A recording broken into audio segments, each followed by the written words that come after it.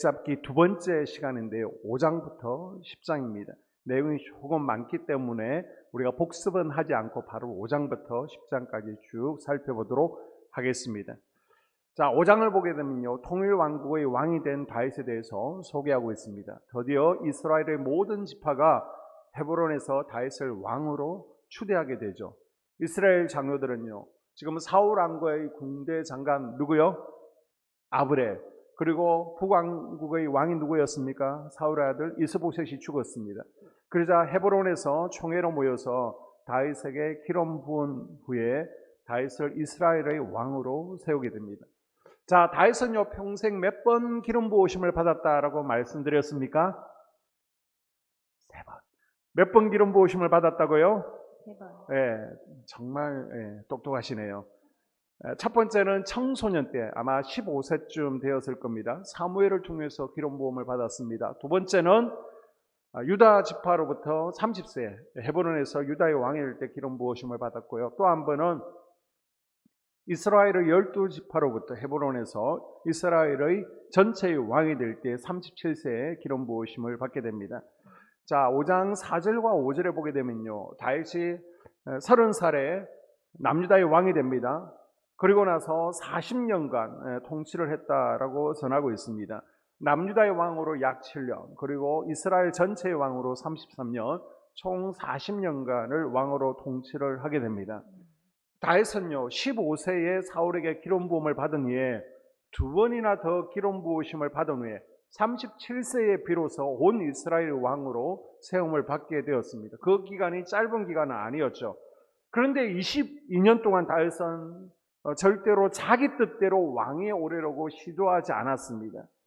자기가 왕이 되기 위해서 자기 노력과 또 자기 계획과 방법으로 하지 않고요, 오로지 하나님 뜻을 기다렸습니다. 아멘. 특별히 15세에서 30살이 될 때까지, 유다의 왕이 될 때까지 계속해서 도피 생활을 했습니다. 죽음 위기 가운데 있었지만 시련과 환난 가운데서도 하나님을 원망하거나 불평하지 않았습니다. 아멘. 이런 다윗의 모범은요, 하나님의 영원하신 약속을 기다리며 신앙생활을 하는 우리에게도 훌륭한 본이 되어지죠. 여러분, 다윗처럼 인내할 수 있어야 됩니다. 아멘. 기도할 때 포기하지 마시고 인내하시면서 기도할 수 있기를 바랍니다. 아멘. 자, 남북 분단을 극복하고 마침내 통일 왕국이 세워지자 다윗은요, 수도를 옮길 계획을 추진하게 됩니다. 새 정치를 새 장소에서 출발할 필요가 있었기 때문입니다. 자, 다윗이 새 수도로 선택한 곳이 어디였죠? 예루살렘이었습니다. 예루살렘은 지리적으로 이스라엘의 남과 북 중간 지점에 위치하고 있습니다. 그래서 나라를 경영하기에 적합한 곳이었습니다. 그런데 이 예루살렘은요, 난공불락의 요새입니다. 가나안 땅의 중심지입니다. 아직 여부수 족속이 이곳에 살고 있습니다. 다윗은 미정복 상태로 남아있는 예루살렘을 정복함으로써 하나님의 뜻을 이룸과 동시에 하나님께서 이스라엘과 함께 하신다는 확신을 백성들에게 심어주고 싶었습니다.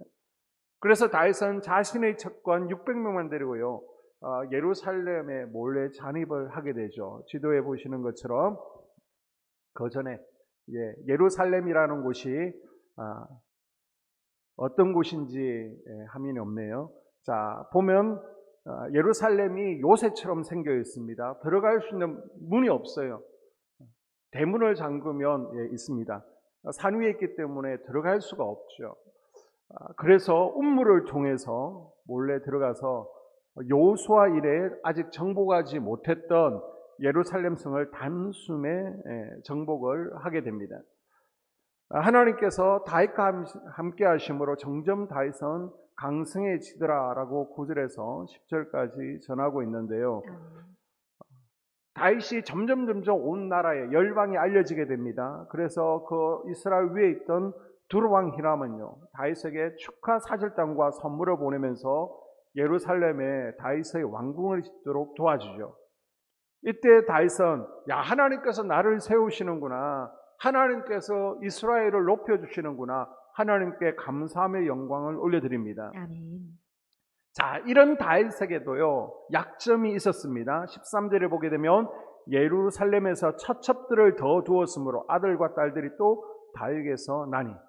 그리고 3장을 보십시오. 3장 2절에서 5절을 보게 되면 다윗이 헤브론에서 아들을 낳았을 때 맏아들은 암논이라. 이스라엘의 여인 아히노함의 소생이요 둘째는 길라압이라. 갈멜 사람 나발의 아내였던 아비갈의 소생이요 셋째는 압살롬이라. 구슬 왕 달메의 딸 마아가의 아들이요 여섯째는 이드로암이라. 다윗의 아내 에글라의 소생이니 이들은 다윗이 헤브론에서 낳은 자들이더라. 아멘. 아멘. 자, 무슨 인상을 받았습니까? 많은 처첩들을 만들었고요. 많은 자녀들을 낳았습니다. 아들도 많고 딸도 많습니다. 이거는 단지 자녀의 복을 받았다는 의미가 아니에요. 지금 다윗이 약점이 있다는 겁니다.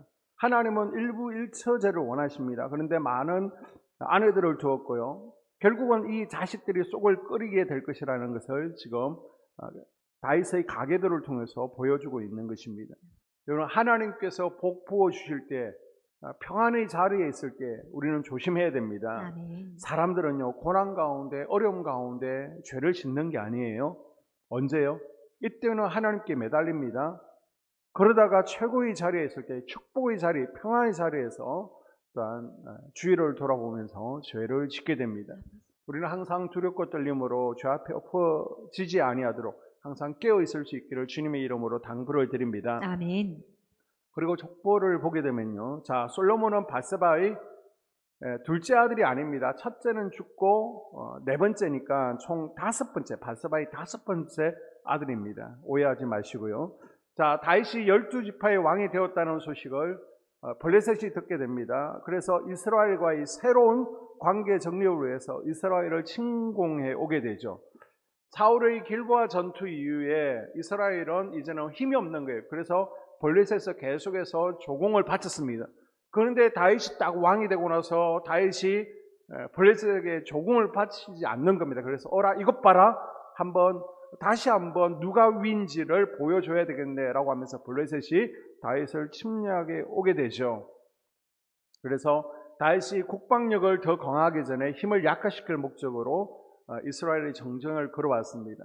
자, 일전에 블레셋은 이스라엘을 침략했습니다. 치명적인 피해를 입힌 전쟁들이 있습니다. 아벡 전투에서요, 제사장과 홈니, 비나스, 엘리 제사장도 죽고요, 법궤도 빼앗겼습니다. 그리고 3상 30장에서는 길보아 전투에서도 참패를 당하고요, 사울도 죽고 요나단도 죽었습니다. 자, 이번에도요, 두 번이나 공격합니다.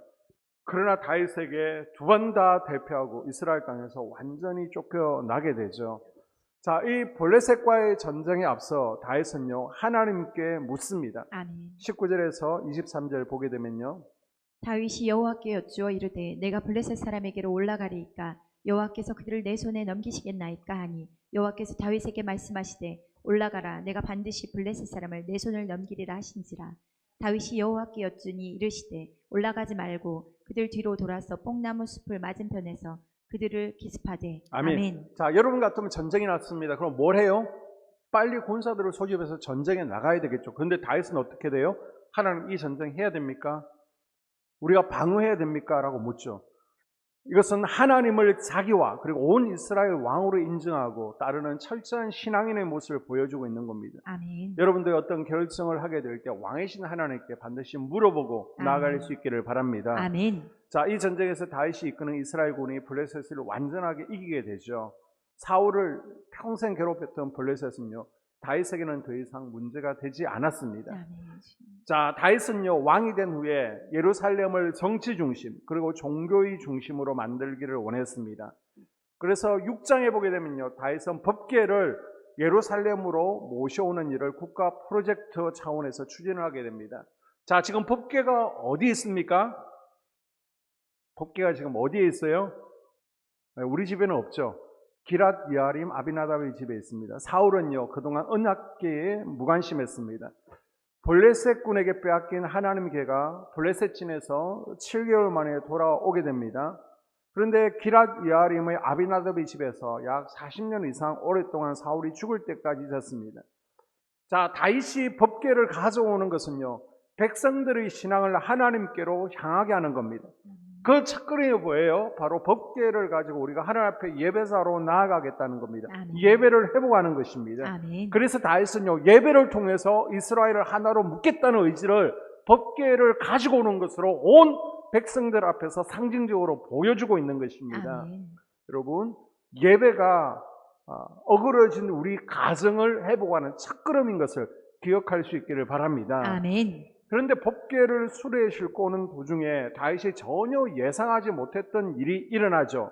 법궤를 운반하던 책임자가 죽는 사고가 발생하게 됩니다.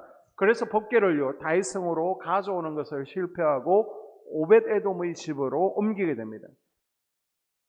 자, 이 사망 사건 때문에 사람들은요, 법궤를 저주의 궤라고 오해하게 됩니다. 그럴 만도 한 것이 사무엘상 5장에 보게 되면, 자, 블레셋과의 전쟁에서 법궤가 빼앗겼습니다. 이 법궤가 블레셋의 5개 도시로 옮겨 다닐 때 그곳마다 패스트가 번졌고 많은 사람들이 독한 종기로 죽었습니다. 그리고 사무엘상 6장에 보니까 그 법궤가 아스돗에서 이제는 벳세메스로 옮겨오게 되죠. 이때 법궤를 열어본 이들이 70명 이상이 죽었습니다. 그리고 70년 동안 법궤를 관리했던 아비나답의 손자 우사가 죽게 됩니다. 자, 왜 이런 일이 일어났습니까? 법궤의 특성을 잘 몰라서 그런 것이죠. 법궤에는 크게 두 가지 특징이 있는데요. 첫 번째는 거룩의 법칙이 있습니다. 한번 따라해 볼까요? 거룩의 법칙. 거룩의 법칙. 법궤는요, 죄안된 사람만, 그것도 몇 명만 볼 수 있습니다. 모세와 대제사장, 그리고 구름기둥, 불기둥이 떠오를 때, 이제는 출발해야 될 때 담당했던 몇 명의 제사장이 몰래 들어가서 법궤를 쌌습니다. 그리고 남은 고앗 자손들이 들어가서 어깨에 메어 나르게 되는 겁니다. 그런데 우사가 법궤를 나르다가 죽었습니다. 왜요? 법궤의 거룩성, 운반 법칙을 몰랐기 때문입니다. 법궤는요, 거룩하기 때문에 아무렇게나 날라서는 안 되는 거예요. 수레에 싣고 나르는 것은 블레셋 방식입니다. 고앗 자손들이 직접 어깨에 메고 날라야 됩니다. 그리고 법궤는요, 아무나 함부로 만져서는 안 됩니다. 법궤는 피 없이는 만질 수 없는 것이죠. 대제사장도 1년에 한 번 피를 가지고 법궤가 있는 지성소로 들어갔습니다. 왜요? 피 흘림이 없이는 죄사함이 없기 때문입니다. 죄가 있으면 죽는 거예요. 그런데 이것을 어깨에 매지 않고 시내에 싣고 오다가 사망사고가 났습니다. 또 한 가지 법궤는요, 축복의 법칙이 있습니다. 따라해 봅니다. 축복의 법칙. 축복의 법칙. 예루살렘 성으로 들어오다가 우사가 죽는 사고가 나자 다윗은 두로에서 걔를 어디로 옮겼다고요? 오벳 에돔의 집으로 옮기게 됩니다. 그곳에 3달 동안 두게 되는데 그 법궤는요, 저주의 궤가 아니었습니다. 하나님께서 오벳 에돔의 집에 하늘 문을 여시고요, 막 복을 있는 데 없는 데 쏘아 부어주십니다. 자, 6장 12절에 보게 되면 여호와께서 하나님의 궤를 인하여 오벳에돔의 짐과 그 모든 소유에 복을 주셨다 한지라. 아멘. 하나님께서 오벳에돔에게 복을 주셨다는 소식에 다윗은 깜짝 놀랐습니다. 야, 법궤가 두려움의 대상이 아니라 축복의 대상이 될 수 있구나. 그래서 다윗은 공부를 하기 시작합니다. 왜 하나님이 우사를 징계하시고 오벳에돔은 축복하시는가? 같이 법궤를 모시고 관리하던 사람인데 한 사람은 죽고 한 사람은 축복을 받았는가? 아마 다윗은 이것을 알기 위해서 성경을 공부했을 것입니다. 3개월 동안 율법을 공부한 것입니다. 선지자에게 물어보고 제사장들에게 자문을 구했을 것입니다. 그리고 이제 공부한 결과 알게 된 거예요. 아, 거룩의 법칙이 있구나. 축복의 법칙이 있구나. 자, 법궤를 예루살렘 성으로 다윗은요, 공부하고 다시 모셔드리게 됩니다. 이때 불렀던 찬양이 시편 24편입니다. 다윗이 이때 시편 24편을 쓴 거예요. 문들아 머리들지어다. 예루살렘 성으로 들어갈 때 문들이 있죠. 이 문들아 활짝 열리라는 것입니다. 왜? 지금 하나님이 들어가고 있다는 것입니다. 그리고 다윗의 장막에 모셔드렸을 때 어떤 결과가 일어나게 됩니까? 자, 성경을 좀 볼게요. 1절에 보게 되면 주의 모든 원수를 무찌르시사 왕으로 궁에 평안히 살게 하신대. 하나님께서 평안을 주셨습니다. 대적들을 물리치게 해주셨죠. 5절, 8절에 보십시오. 내가 어디로 가든지 내가 너와 함께 있어 내 모든 대적을 내 앞에서 멸하였은즉 세상에서 존귀한 자들의 이름 같은 이름을 내게 만들어 주리라. 대적을 물리쳐 주십니다. 이름을 높여 주었습니다. 역대상 18장 6절에 다윗이 어디를 가든지 여호와께서 이기게 하시니라. 아멘. 17장 14절 그를 내 집과 내 나라에 세우리니 그 왕위가 영원히 견고하리라. 아멘. 왕위를 견고하게 해 주십니다. 29절에 보십시오. 주께서 종의 왕조에 복을 주사 주 앞에 영원히 두시기를 기뻐하시나이다.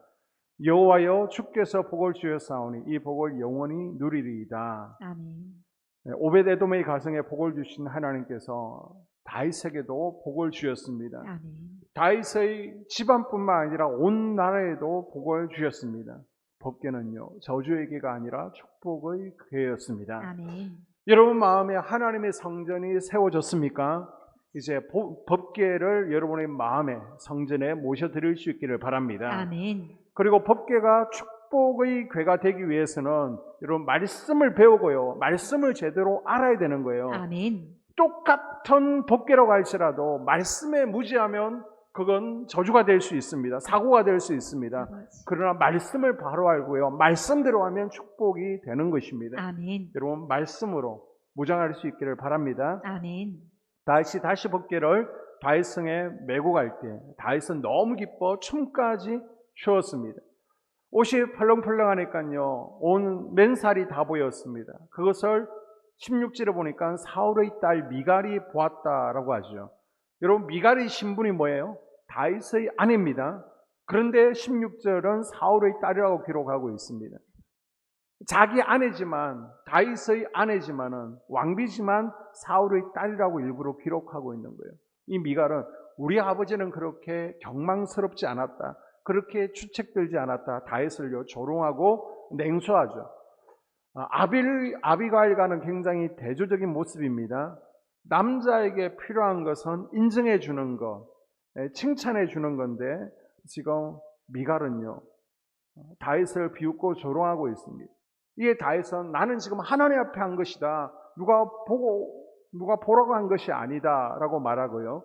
이 미갈은 다윗을 업신여겼다가 이제는 21절에 보게 되면 혹독한 대가를 치르게 되죠. 그래서 미갈이 죽는 날까지 자식이 없습니다. 자, 7장에는요 하나님께서 다윗과 언약을 맺으시는 장면이 나오고 있습니다. 법궤를 예루살렘으로 옮긴 후에 다윗이 평안히 왕궁에 거하게 될 때 다윗의 마음 깊은 곳에는 하나님의 성전을 지어야 되는데 라는 소망이 생겼습니다. 다윗은 나단 선지자를 부르죠. 그리고 나단 선지자에게 자기의 마음, 소원을 말하게 됩니다. 그러자 나단이 기뻐하고요. 나단이 또 하나님께 아뢰게 됐을 때 하나님께서 기뻐하십니다. 사람이란 일반적으로 공경에 처하게 되면요 하나님의 도우심을 간구하죠. 그러다가 상황이 좋아지면요 내가 예전에 무슨 생각을 했지? 자신의 처지를 잊어버리고 현재에 만족해서 그냥 현재에 젖어버리는 습성이 있습니다. 그러나 다윗은 평안할 때나 아니 공부할 때나 하나님의 영광을 위하는 일에 한결같았습니다. 다윗은 하나님께서 대적들로부터 승리케 하시고 아멘. 데르스과 백향목으로 만든 화려하고 아름다운 궁에서 평안한 나날을 보내게 해주신 때에도 교만해지거나 현재의 상황에 도취하지 않았습니다. 오히려 자신은 호화로운 궁에 거하고 있으면서 하나님의 궤가 해달의 가죽으로 덮여있는 장막에 있는 것이 마음에 걸려서 내가 하나님의 성전을 건축하겠습니다 라고 소원하죠. 자, 2절의 그 고백을 보십시오. 나는 외국 자재가 넘쳐나는 궁에 거하는데 하나님의 궤는 휘장 가운데 있다. 장막에 있다는 거예요. 5절에 하나님이 나타나서 야, 네가 나를 위해서 내 살 집을 건축하겠다고? 9절에 보십시오. 다윗 뇌대에 너를 존귀케 하리라. 그거 안 해도 돼. 대신 그 마음을 보고 내가 너를 존귀하게 해줄게. 10절에 보십시오. 이스라엘 백성을 위해서 땅을 허락하리라. 11절 다윗이 원수에 대해 승리할 것을 약속해 주고 있습니다. 그리고 12절에 보십시오. 그 왕위가 계속될 것이다. 그것은 네 아들 솔로몬 때부터 이제는 메시아까지 쭉 이어질 것이다. 너를 통해서 메시아가 날 것까지 축복을 해 주시게 됩니다. 그러면서 나단 선지자를 통해서 성전 건축과 관련해서 세 가지 조건을 말씀하시죠. 첫째는 성전 건축은요, 설계도대로 지어야 된다는 것입니다. 자, 500년 전에 모세에게 법궤의 설계도를 주셨던 것처럼 500년 만에 다윗에게 성전의 설계도를 주셨습니다. 이거대로 지어라는 거예요. 둘째, 다윗이 성전 건축을 준비만 하게 했습니다. 성전 건축은요, 다윗 당대에 시행할 수 없는 거예요. 왜요? 다윗은 전쟁에서 너무 많은 피를 흘렸기 때문에, 손에 피를 많이 묻혔기 때문에 네 아들 대에 성전을 건축할 것이다 라고 하나님께서 말씀하시죠. 자, 그러면서 16절에 보게 되면요, 하나님께서 다윗 당대에 이스라엘의 안정과 번영을 누릴 뿐만 아니라 다윗의 왕조가 끊어지지 않을 것이다, 영원히 계속될 것이라는 언약의 말씀을 주십니다. 이 영원한 왕위는요, 중단 없이 영원히 계속된다는 말은 아닙니다. 14절에 보게 되면 하나님 징계받아서 끊어질 수도 있습니다. 그러나 왕국이 존재하는 한 다윗의 후손 중에서 왕권을 갖게 된다는 것입니다. 그래서 남왕국 유다가 있는 그 기간 동안 다윗의 후손들이 쭉 왕위를 이어가게 됩니다. 그리고 포로 귀환 후에도 다윗의 후손 스룹바벨이 통치를 하게 되죠. 여러분, 하나님의 전을 세우려고 힘쓰십시오. 아멘. 그럼 하나님은 여러분의 집을 대신 세워주실 것입니다. 아멘. 견고하게 하게 하시고요, 대적들로부터 지켜주시고 높여주실 줄로 믿습니다. 아멘. 그리고 8장에서 10장에 보게 되면요, 하나님의 약속의 실현이 나오고 있습니다. 자, 하나님께서 땅을 약속하시고요, 존귀한 이름을 약속하시고 원수들과의 전쟁에서 승리를 약속하십니다. 그래서 8장에 보게 되면 그 약속의 말씀들이 실제가 되는 것을 보여주고 있는데요. 자, 주변 나라들과의 전쟁에서 승리하는 것들을 소개하고 있습니다. 자, 1절에 블레셋과 2절 모압과 3절부터 쭉 보게 되면 소바나 아람, 13절 이하에 에돔 등을 쳐서 폭속시키죠. 그리고 하마스로부터 조공을 받게 됩니다. 자, 여기서 중요한 것은요, 하나님께서 제사장 나라에 주신 토지 경계법이 있습니다. 자, 민수기 34장 1절에서 12절을 보게 되면요, 하나님께서 이스라엘의 경계가 어디가 될 것인지를 쭉 설명해 주고 있습니다. 하나님께서 만나 세들이 약속의 땅 가나안에 들어가기도 전에 이미 이스라엘 사방 경계를 정해 주셨습니다. 때문에 다윗은 전쟁의 달인이었고, 또 상비 군인을 130만 명이나 둔 군사 강대국의 왕이었지만 욕심을 부리지 않았습니다. 하나님께서 주신 제사장 나라 이스라엘의 토지 경계법에 맞게끔 영토를 더 넓히지 않았습니다. 다윗이 땅을 많이 차지하고 싶어서 전쟁한 게 아니에요. 딱 하나님께서 정해주신 그 경계를 맞추기 위해서, 하나님의 약속을 실현하기 위해서 전쟁을 치렀고요, 그 이상을 넘어가지를 않습니다. 여러분, 욕심 부리면요, 죄를 낳습니다. 욕심 부리면 안 됩니다. 아멘. 자, 8장 15절 이하에 보게 되면 다윗의 정부 내각 명단이 나오죠. 다윗은 중앙정부 관리들을 쭉 임명합니다. 그리고 지방정부 관리들을 쭉 임명해서 국가의 기본 조직을 세우고 체제를 확립해 가고 있는데요. 자, 중앙내각에 보면 군대 지휘관이 요압입니다. 사관은 여호사밧입니다. 대제사장은 사독과 아비아다의 아들 아히멜렉입니다. 서기관은 스라야입니다. 그리고 지방내각을 보게 되면요, 지방지휘관으로는 버나냐가 블레셋 땅과 고레 땅을 관할하게 되고요, 또 대신들은 다윗의 아들들이 대신들을 맡게 됩니다. 자, 이 행정조직의 특징은요, 다윗은 지금 다윗의 나라에서 서열 1위가 누구예요? 국방장관 요압입니다. 그러니까 전쟁에 지금 초점이 맞춰져 있구나, 하나님의 언약을 실현하기 위해서 지금 다윗은 땅을 차지하는 데 초점을 맞추고 있다는 것을 볼 수 있습니다. 그럼 우리가 지금 주일날 솔로몬을 배우고 있는데요, 솔로몬은 어디에 초점을 맞추고 있을까요? 열왕기상 5장을 통해서 이번 주일날 살펴보도록 하겠습니다.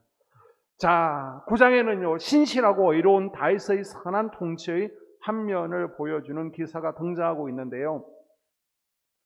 자, 사울 집안에는 요나단이라는 아들이 있습니다.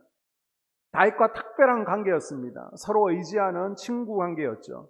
다윗은 어려웠을 때 요나단에게 받은 은혜를 그 자녀들에게 베풀기를 원했습니다. 그래서 다윗이 이제 왕위에 오르고 나서 사울의 유족들을 찾기 위해서 수소문을 하게 됩니다. 그런데 사울의 직계 자손 가운데는 요나단의 아들 머비보셋 외에는요, 거의 대부분 죽고 없는 거예요. 그래서 찾고 찾아서 저 마귀의 집에 숨어있는 머비보셋을 왕궁으로 데리고 오게 됩니다. 그리고 돌봐주게 되죠. 자, 1절에 보게 되면 사울 집에 남은 사람이 없는가? 3절, 다리 저는 아들 머비보셋이 있습니다. 찾아서 데려옵니다. 13절, 그래서 다윗의 아들들과 함께 식사하게 하고요, 사울의 재산을 다시 다 돌려주게 됩니다. 지금 다윗의 입장에서 보면 원수의 손자죠. 다윗 왕조에서 본다면요, 죄인입니다. 그러나 다윗은 요나단과의 언약을 맺었다는 이유 하나만으로 그의 아들을 찾는 데 심혈을 기울였을 뿐만 아니라 옛날 사울이 소유했던 모든 것을 빼앗았다가 다시 돌려주게 됩니다. 그리고 이 모비보셋이 왕고에 거하면서 왕의 식탁에 참여할 수 있는 특권을 주었습니다. 자, 그리고 마지막 10장을 보게 되면요, 다윗의 군대가 암몬과 아람 연합군을 격파하고 승리한 사실을 다루고 있습니다. 사실 이 전쟁은요, 일어나지 않을 전쟁이에요. 그런데 매우 사소한 일에서 시작이 되었죠. 암몬이라는 나라는 사무엘상 10장에 보게 되면 이스라엘에서 저 암몬 위에 보게 되면 갈릴리 아래쪽에 길르앗 야베스라는 곳이 있습니다. 이 지역을 침공을 했습니다. 이곳에 침입해서 너희들 오른쪽 눈을 다 빼버리겠다라고 그랬죠. 이때 사울이 성령받고 암몬과의 전쟁에서 크게 사울은 승리하고 암몬왕 나아서는 대패를 했던 적이 있습니다. 자, 이때의 왕이 지금 한운, 암몬의 왕이 된 한운의 아버지 나하스였습니다. 성경에는 나와 있지 않지만 어떤 이유에서인지 다윗과 나하스는 관계가 좋았습니다. 다윗은 나하스로부터 은혜를 입었고요, 또 나하스가 죽게 되자 그 은혜를 갚으려고 합니다. 그래서 다윗은요, 나하스의 장례식에 국가 사절단을 보내게 되죠. 다윗 왕이 조문단을 보낸 것은 앞으로 너희를 우리가 책임져 주겠다, 돌봐주겠다라는 의미입니다. 그런데 한운의 신하들은요, 다윗의 조문을 순수하게 받아들이지를 않습니다. 3절에 보게 되면 우리를 정복하기 위해서 정보를 캐러 왔을 것이다, 다윗의 순수한 의도를 의심하고 무슨 꿍꿍이가 있을 것이라고 생각하게 되죠. 그래서 한운은요, 조문 온 다윗의 신하들을 잡아서 수염을 깎아버립니다. 바지를 잘라서 돌려보냅니다. 이거 은혜를 거절한 거예요. 여기서 배울 수 있는 교훈은요, 거짓된 인간은 다른 사람도 자기처럼 거짓된 것으로 오해하고 의심하게 된다는 겁니다. 그래서 사랑을 받아본 사람이 사랑을 나눌 수 있다라고 하죠. 상처가 많으면요, 배에 꼬여가지고 다른 사람을 의심하고 공격하고 찌르게 됩니다. 의심이 많은 사람은 다른 사람을 계속해서 의심하게 되죠. 내가 속여봤기 때문에 나도 속을 수 있다라고 생각하고 계속해서 진심으로 보지 않고 의심하게 되는 것. 이건 치유받아야 됩니다. 자, 4절에 보게 되면요, 이에 한온이 다윗의 신하들을 잡아 그들의 수염 절반을 깎고 그들의 의복의 중동 볼기까지 자르고 돌려 변내매. 아멘. 고대사에서 남자들의 수염은요, 생명과 같은 것입니다. 수염을 깎는다는 것은 그 사람을 못 오가는 겁니다. 그리고 중동볼기는 엉덩이죠. 그 시대의 바지는 통바지입니다. 제사장을 제외하고는 속옷을 입지 않았습니다. 그런데 바지를 엉덩이까지 잘랐다는 것은 엉덩이, 하체가 다 드러났다는 겁니다. 이런 행동은요, 굉장히 모욕적인 행동입니다. 개인이 당해도 지울 수 없는 수치스러운 모욕인데 지금 국가 조문 사절단에게 행했다는 것은 이것은 국가를 모독한 거예요. 다윗에게 욕보인 것입니다. 그래서 결국 한운은요, 은혜를 거부하고 전쟁을 벌이게 되죠. 그런데 한운은 똑똑해요. 자기 힘으로는 다윗, 이스라엘을 이길 수 없다는 것을 알았습니다. 그래서 암몬이라는 나라의 용병들을 고용하게 되죠. 아람은요, 저 이스라엘 오른쪽 위쪽에 있는 아주 강력한 나라였습니다. 싸움의 용사들입니다. 그래서 6절에 보게 되면 암몬은 이 아람 용병들 33,000을 사서 이스라엘과 전쟁을 벌이게 됩니다. 그런데 전쟁은 누구에게 달려 있습니까? 하나님께 달려 있습니다. 아멘. 다윗에게는 누가 함께하고 있습니까? 하나님이 함께하고 있습니다. 아멘. 자, 11장 1절에 암몬과 아랍 연합군과 이스라엘 전쟁에서요. 암몬 연합군은 패하게 되죠. 결국 이스라엘의 노예가 됩니다. 자, 9장과 10장을 보게 되면요. 두 사람이 나오고 있습니다. 이 머비보셋은요. 은혜 앞에서 겸손히 반응했죠. 그래서 그 은혜를 누리게 됩니다. 그런데 한우는요. 단호하게 은혜를 거절했습니다. 그 결과는요. 노예의 삶이었습니다. 자, 여러분은 머비보셋입니까? 아니면 한운입니까? 하나님께서 은혜를 베푸실 때 은혜를 취하는 성도들이 되어야 됩니다. 아멘. 보라, 지금은 은혜 받을 때요. 은혜의 날이라. 아멘. 이 저녁에 하나님께서 부어주신 은혜를 기대하며 아멘. 그 은혜를 내 것으로 취할 수 있기를 바랍니다. 아멘. 자, 5장에서 10장을 정리하게 되면요. 다윗은요. 먼저 그 나라와 의를 구하는 삶을 살았습니다. 아멘. 성경은 분명히 얘기하고 있습니다. 내 영혼이 잘된 같이 범사가 잘되고 강건할 것이다. 다윗은요. 그 삶을 살았고 그랬더니 하나님께서 부어주시는 복들을 경험하게 되었죠. 아멘. 다윗은요. 자신보다 법궤를 먼저 생각합니다. 하나님의 성전에 우선순위를 두었습니다. 아멘. 그랬더니 결과적으로 어떤 일이 일어나요?